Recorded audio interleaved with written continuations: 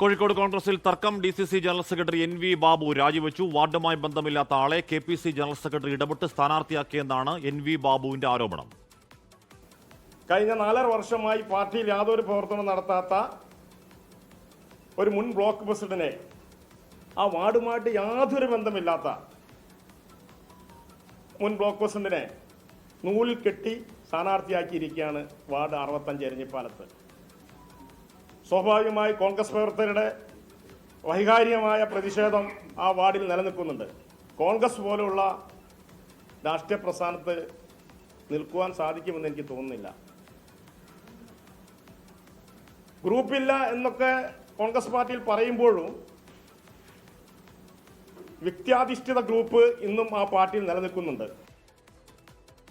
ദീപക് ധർമ്മടം വിവരങ്ങൾ വെച്ചാൽ ദീപക്, തെരഞ്ഞെടുപ്പ് തീയതി പ്രഖ്യാപിച്ച ആ ദിവസം തന്നെ കോഴിക്കോട് പൊട്ടിത്തെറിയുടെ സൂചനകൾ വന്നു തുടങ്ങിയതാണ്. ആദ്യം അന്നൊരു രാജി ഉണ്ടായതാണ്. ആ പൊട്ടിത്തെറി കൂടുതൽ രൂക്ഷമായി തുടരുകയാണ്. എനിക്ക് തോന്നുന്നു നാമനിർദ്ദേശ പത്രികയുടെ സമർപ്പിക്കുന്നതിന്റെ അവസാന തീയതി വരെ തുടരും ഇതൊക്കെ എന്ന് കരുതണം, അല്ലേ ദീപക്?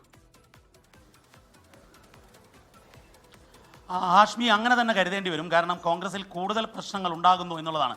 കാരണം നേരത്തെ ഏതെങ്കിലും രീതിയിൽ പ്രശ്നങ്ങൾ നേതൃത്വത്തിനെതിരെ പറയാത്ത ഒരു DCC ജനറൽ സെക്രട്ടറിയാണ് ഈ NV ബാബുരാജ്. അദ്ദേഹമാണ് ഇപ്പോൾ രാജി പ്രഖ്യാപിച്ചിരിക്കുന്നത്. അതാണെങ്കിൽ KPCC ജനറൽ സെക്രട്ടറി നിയാസ് ഈ 65-ാം ഡിവിഷൻ എലത്തൂർ ഡിവിഷനിൽ മത്സരിക്കാൻ ശ്രമിക്കുന്നു.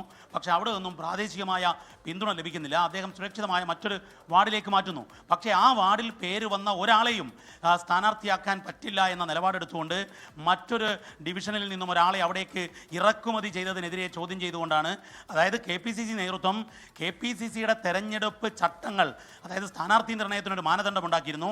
ആ മാനദണ്ഡം അട്ടിമറിച്ചു എന്ന പേരിലാണ് ഇപ്പോൾ DCCയുടെ ജനറൽ സെക്രട്ടറി ബാബുരാജ് രാജിവെച്ചിരിക്കുന്നത്. ബാബുരാജ് ഇപ്പം നമ്മളോടൊപ്പം തത്സമയം ചേരുകയാണ്. ഇനി എന്ത് എന്നൊരു ചോദ്യമുണ്ട്. താങ്കൾ കോൺഗ്രസ് നേതൃത്വത്തിനെതിരെ വലിയ ആരോപണങ്ങളാണ് ഉന്നയിച്ചിരിക്കുന്നത്.